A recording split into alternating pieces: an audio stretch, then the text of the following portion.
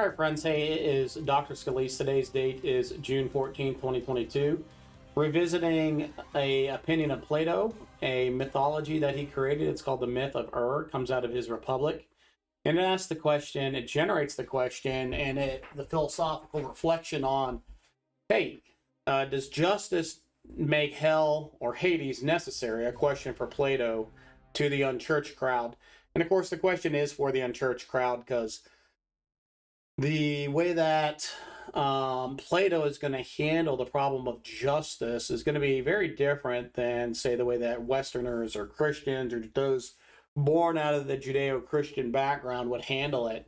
It's not that they're all that different, and where they end up might be very similar, but how they deal with the problem of injustice is very different. So Plato, reflecting on Socrates' death, at the hands of the state, a great injustice was done to him, and there's no way to compensate Socrates for being robbed of his life. Socrates, we could argue, was a virtuous man in the extreme. Even if he had moral failures, that's akin to all men and women of all time.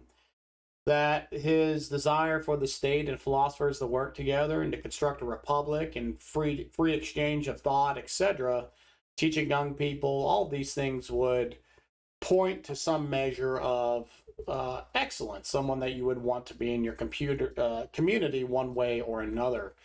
And of course, there's no way to balance the scale of justice. And when we think about the scales, when we talk about justice, you think about it as you a person, you've got this soul or spirit or what have you, you're a person, you've got this great density to you. And so the density makes you heavier.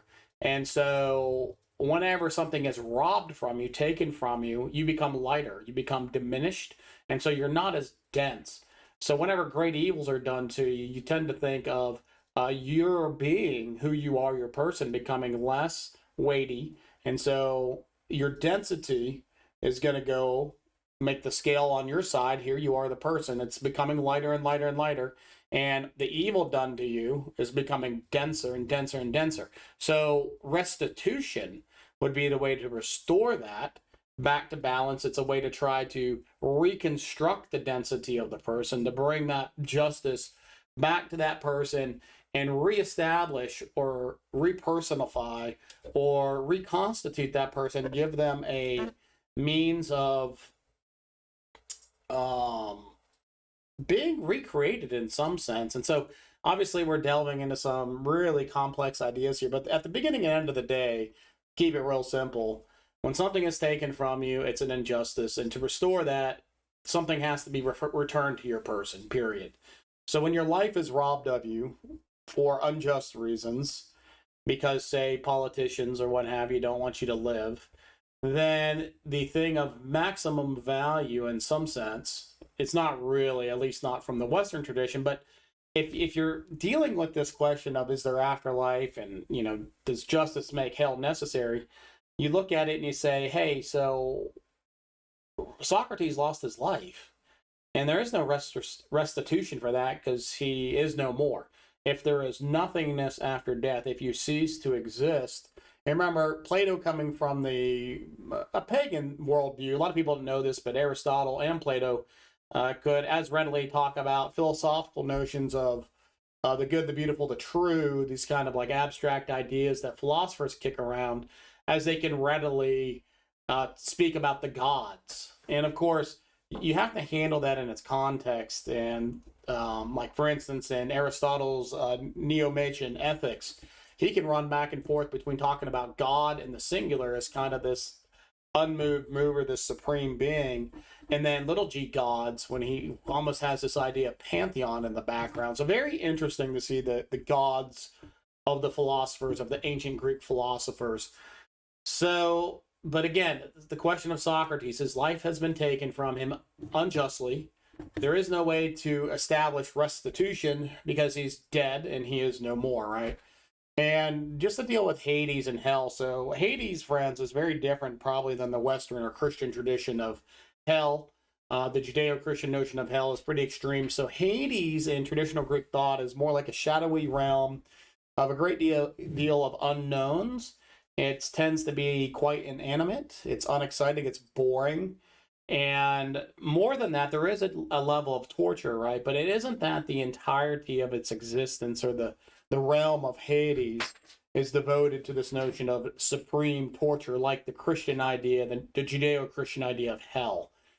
And in the Old Testament, you even have that deposited there, right? You don't get the full kind of outworking of hell, or in the New Testament, sometimes called Gehenna, or the lake of fire, or what have you. You don't really have that whole doctrine worked out until you really get into the New Testament. Maybe at the end of the Old Testament, but really not till you get to the New Testament. So in the Old Testament, it can speak about Hades, and it can speak about Hades in largely the same way that the Greek philosophers speak about it, as this kind of shadowy realm of unknowns that's boring, torturous, but might not be entirely just a realm of torture. There might be some level of existence. It's just that it's not all that interesting. So the Old Testament Hebrew would call that Sheol. If you're looking at the Septuagint of the Old Testament, they call that Hades.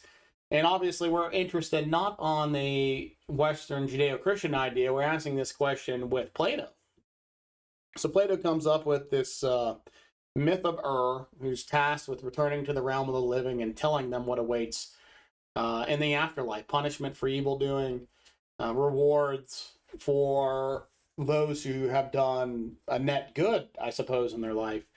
And the reason that Plato arguably comes up with this idea of Hades is necessary because justice cannot be otherwise. And so the question then becomes, is Plato trying to describe what he actually thinks is, or is he just trying to come up with an argument that satisfies the mob from becoming, anarchist mobs? Because that's certainly a concern in larger society.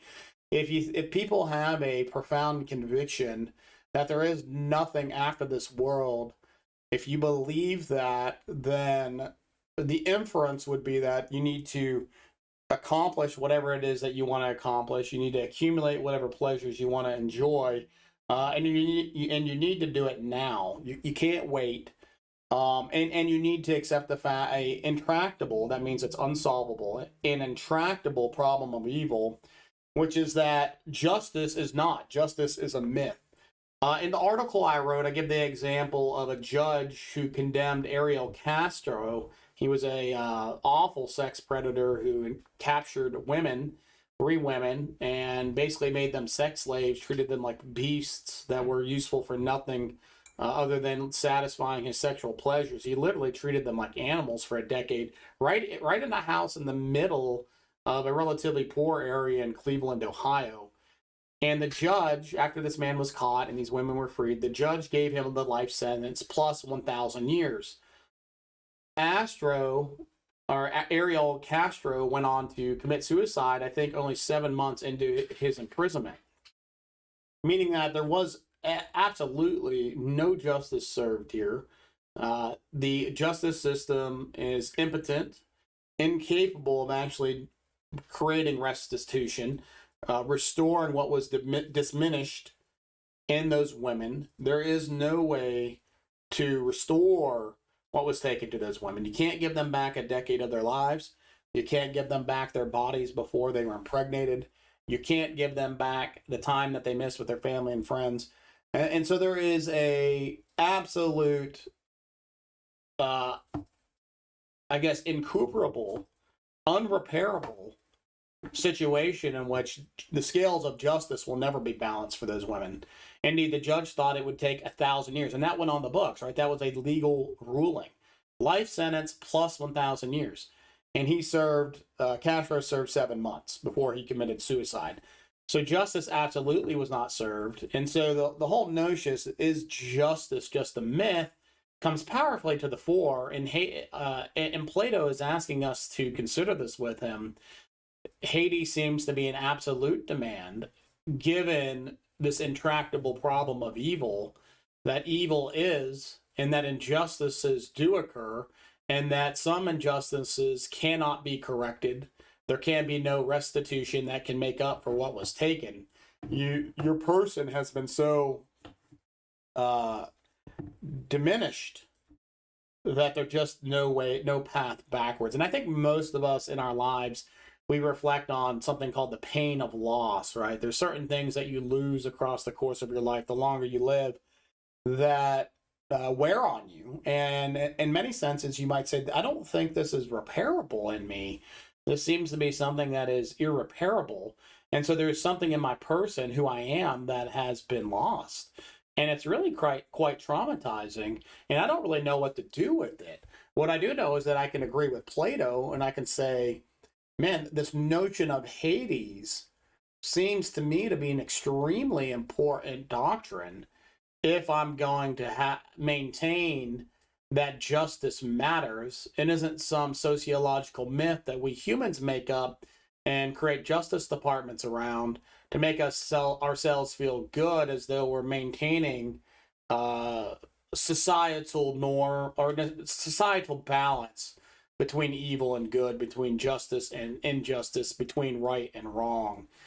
Indeed, it looks to be a myth. If life ends at death, and many deaths occur out of injustice, and other horrible things happen to you across the course of your life that will see no restitution, injustice will reign then. If you think of it as about cosmic scales, injustice is going to reign supremely. On the scale, on these cosmic scales of justice and injustice, we could see certainly the piling up of injustice happening radically quick, unless there were a continued existence in the afterlife with a realm preeminently devoted to establishing justice, punishment for those that caused harm and diminished people's being in person. Plato would go on to argue, or imply, might be a better way to say it, that the doctrine of Hades, of life after death, of punishment after death, of rewards after death, is absolutely necessary to prevent mob pandemonia. If people were left to themselves to believe that justice is just call it a fashionable trend that does little more than put a band-aid on the winds of chaos, destruction, death, evil, and injustice. If the masses came to learn this, you can imagine the onslaught of desperation, suicide, all sorts of cultural and societal ills could issue forth from that. Now, don't get it mixed up, friends. That isn't enough to say, well, this societal norm, so society believing in Hades helps stabilize it by establishing that justice is, and it's not just a myth. That isn't enough to make Hades real. So don't think that for a second. We'll talk about its place in constructing a worldview at the end. But just at the outset here, it may indeed make logical sense to have a place called Hades if you want to really be able to run with the notion that justice is a real thing that's worth pursuing, and that justice is something that can be established. Look to that it's some sort of cosmic excellence that should be sought after continually, rather than saying justice, if there is no afterlife, if there is no balancing the scales after death, then the scales are radically twisted and grotesque, and it's just a act of meaningless volition to go after trying to balance it, because you're not going to be able to do it, and there isn't any hope that they're ever really going to be balanced in some sort of substantial, universal way across humanity. And there's going to be the haves and the have-not, and at the beginning and end of the day, justice will not be, injustice will reign. Briefly here, before I talk about its place in accepting the notion of Hades or hell,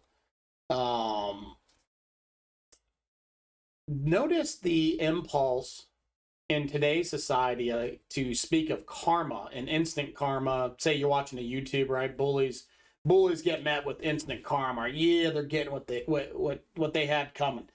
Notice that is the exact same intuition that Plato is trying to solve. Plato sees the fact that If this life is the realm in which justice is determined or injustice is established, then injustice is the norm and justice is a myth and undesirable as such because it has no real substantive value other than be kind of like a garnish on the side of human society to make us feel a little bit better about life. Now, karma, and this is kind of sad, but remember, karma is predominantly an Eastern religion. Eastern religions function on a balancing principle. So the way that their moral structure is set up is one in which it isn't about maximizing good and marginalizing evil. But unfortunately, Westerners who don't understand original context of karma, they just kind of package it as this like you reap what you sow principle, right? So that's really, they really like redefine. So if you use karma in that way, oh, they had it coming to them sort of thing. They did evil, the blue did this, or they did this stupid and this thing happened to them. Yeah, they got what they deserved. That is really repackaging it in the Christian, Judeo Christian notion of you reap what you sow. Karma itself is not devoted to the maximizing of good or the maximizing of evil. It's about finding light in darkness and finding darkness in light. And it's about balancing those. So it's much more, if you need a culturally relevant and timely example, it's much more like a Thanos ethos, where you got, you're trying to balance the cosmic scale between life and death. There's too much life, it leads to starvation, etc. So let's eliminate part of the populace, and this will balance things.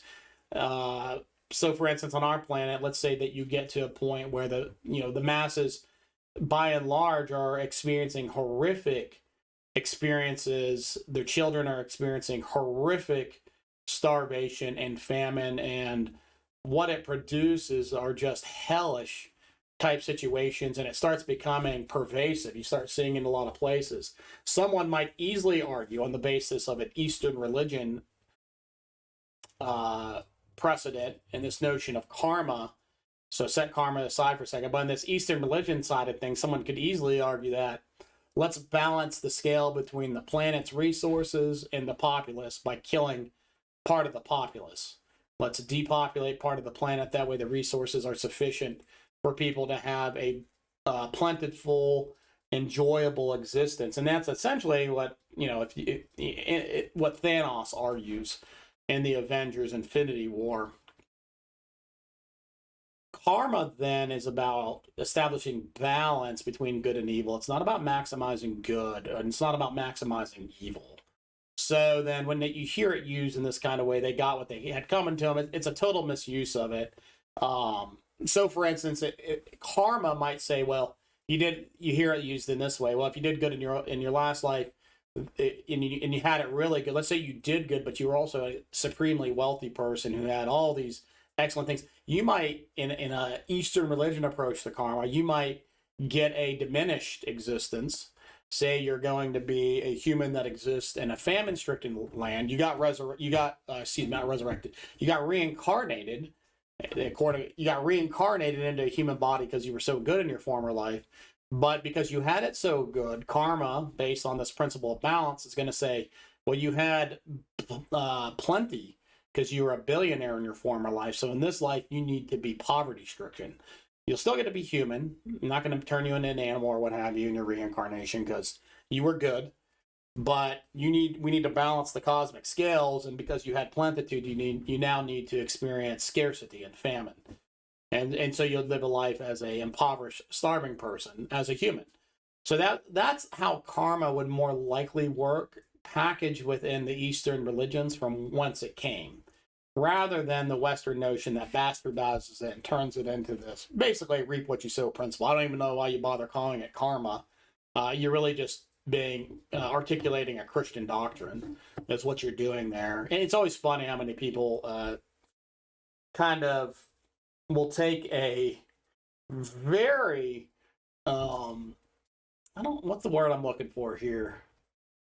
I guess have great distaste for many Christian doctrines, but then they go and they use them incidentally just because they're born out of the Western culture, which has the Bible or Scripture as its precondition for understanding pretty much everything in Western culture.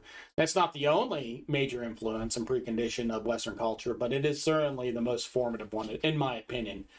Coming back to Hades now, friends, at the end of this, the argument then is something like this. Based on the supreme injustices in this world, the problem of evil and seeing how those injustices cannot be fixed or restored, or no restitution can be given, the need for a place called Hades, whose main task would be about balancing the scales of justice, is a necessity. So that would be kind of Plato's. Now, he doesn't make an argument, right? He tells a myth, but telling the story is designed to imply the principle I'm pulling out here. And as I noted earlier, it is not enough to establish the existence of heaven and hell, or Hades and Sheol, what have you, right? It's not enough to establish that, but what it does, so that's called, it's not a sufficient criteria to establish that Hades exists, right? Just because you think this notion, this doctrine of Hades would be a good thing for maintaining the sanity of society and maintaining the principle of justice isn't enough to somehow give it creational power that now Hades exists, right? No, that's nonsense. Or that's taking it too far. So it's not sufficient. Now, what we can say is that it would be part of a cumulative package. So as you would consider something like, many of my, no good deeds go unpunished. So there's literally a situation in which you would say, well, heaven's necessary, or paradise, whatever notion of afterlife you want to look at that's happy. Heaven is necessary because frequently good deeds are punished in this world. So you actually have goodness rewarded with injustice. So again, this would be balancing the cosmic scales back towards injustice. But it would also establish the need for the be as Plato says, a realm of reward in the afterlife. And there would need to be the realm of punishment, or Hades. So you could put that as part of what's called a cumulative argument, or a cumulative list of why you believe in afterlife and Hades. Or if you're more a Westerner like myself, obviously I belong to the Orthodox Christian tradition, why I would say that hell is likely true. So, for instance, I would say that I want to believe in justice actually having any real substance to it makes me want to believe in hell. I could see the necessity of hell if I want to see the real formation of justice in a serious sort of way. Same thing with Plato. We could agree with Plato and say, yeah, I think that the rampant injustice and the problem of evil in the world makes Hades a necessary realm in order to balance justice, to give it real substance, to make it something more than just kind of a fashionable way to make the populace feel a little bit better about the evil done in the world. And that would be part of a cumulative argument for the afterlife and for a realm of punishment and reward. And that's society benefits from this as well. You'll hear some people say, well, that's a coercive way. So one of the objections, and I handle this in the article, that's a coercive way, coercion. It's a means of coercion to get people to believe in your, afterlife worldview, whether that's Plato and paganism, or Plato's objective, what is it called? His objective goods, right? The good, the true, and the beautiful. Whether it's this kind of like ancient paganism, or it's some sort of philosopher's abstract goods, right? Some sort of afterlife that's defined in those terms, or whether it's the Judeo-Christian heaven and hell, or paradise versus Hades, as probably the Muslims would put it. However you want to slice that, heaven and hell being coercive and persuading people to adopt them is unconvincing. And it's unconvincing because all ideas and ideological matrices, so, complex ideas like heaven and hell and religious doctrines, etc. And I'll give you a counterexample of this from the naturalist room, but all of that is formative and influential, although not compelling you forcibly. There isn't somebody with a sword forcing you to take that position. So this is why it would be non-coercive. and why it's a red herring. It's a way of setting up the argument. Oh, it's coercive, therefore you shouldn't make the argument that way. Well, all arguments that have any persuading value inform, form, and influence my thinking process and whether I choose to adopt it or not. But I still choose. And if I choose, then I'm not being compelled, and thus I'm not being coerced in that extreme sense. Now, if I'm a naturalist, so I believe that the world is not, the soul is not, the spirit is not. When you die, right? There's nothing after that. I might be compelled to, if we're going to make that argument, oh, well, I'm being coerced. Well, I could make the argument, well, I'm being coerced that I need to become a criminal and get mine now. Or I need to set everything aside to pursue my career and maximize my money and forget everything else because there isn't any life after this. There isn't any storing up some sort of value that's going to continue in my consciousness after this life. There's no reason to spread myself out and try to have a balanced life because this is it. This is all I get. I need to make my claim to fame right now. And it might push me in some really good ways too. But my point is that facing the abyss of nothingness, which is what the naturalists, the atheists, etc., maybe even some agnostics, what they would be selling would have the same type of coercive impact on the person that's seriously considering it. So, that's why I just think it's just uninteresting. What's worse?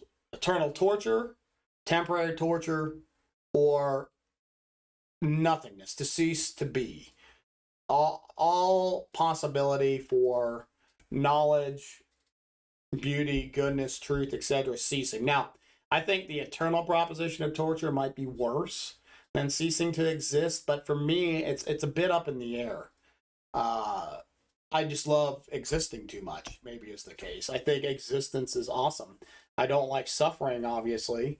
That type of existence can lead you to want to be dead, right? So I understand that maybe I just haven't suffered enough in my life. Maybe that's the attitude. But as it stands, the point is that don't listen to these objections that, the doctrine of hell or the doctrine of Hades or any sort of suggestion of karma punishing you, right, in the next life, because even karma would fall under that type of objection, because you're saying, well, somehow there's like this fatalistic force that's controlling things, which, by the way, if it controls, friends, that would make it personal and therefore more like God and not just some force. But we'll set that aside in a second. That's a supreme inconsistency you hear people talk about. But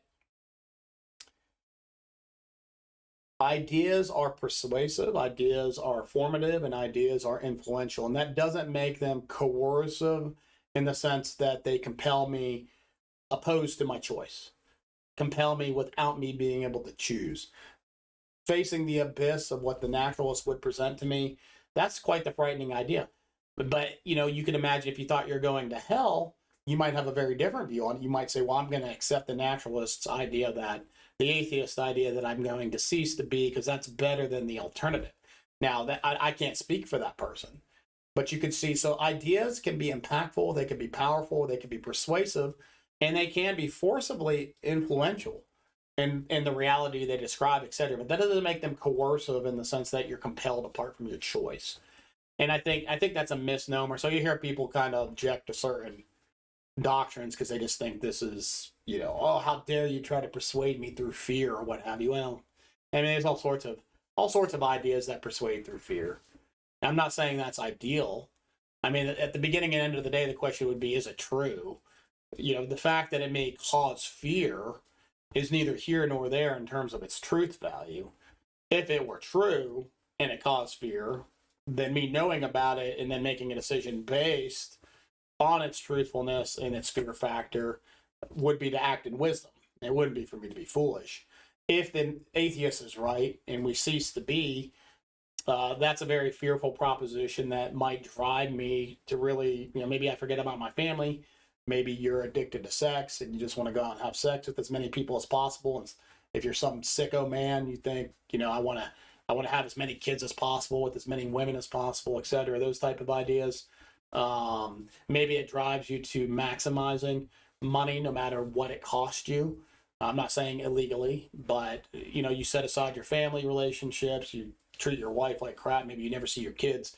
You pursue your career because that's all there is. You got to get it and get it now because you're fearful you're not going to experience what you want.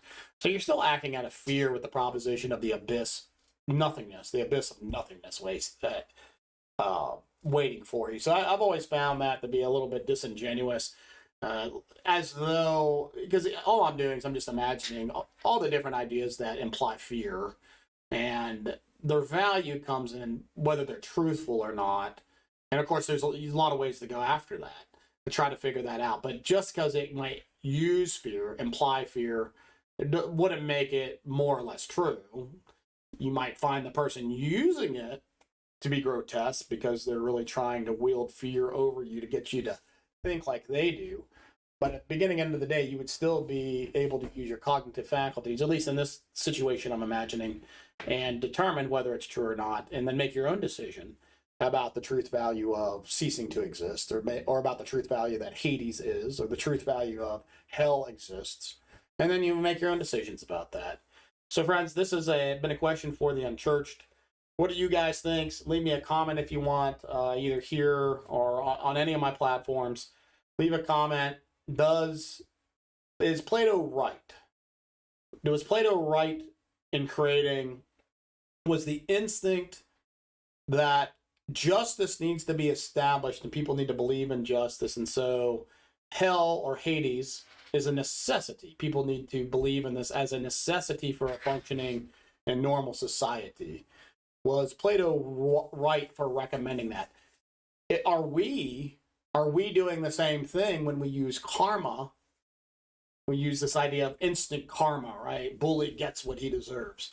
Are we living out that same instinct that Plato had when we appeal to this instant karma and we believe that the scale is going to be balanced? Are we ourselves, through an Eastern religion idea that we're bastardizing most of the time, but are we using that as kind of a placeholder for balancing the scale in Hades, as Plato would have done, and as Plato thought maybe should be the case based on the tragedy of Socrates? Thank you so much for joining me, friends. This has been a presentation from Dr. Scalise in coordination with Black Tulip Studios. Today is June 14th, 2022. Have a great day.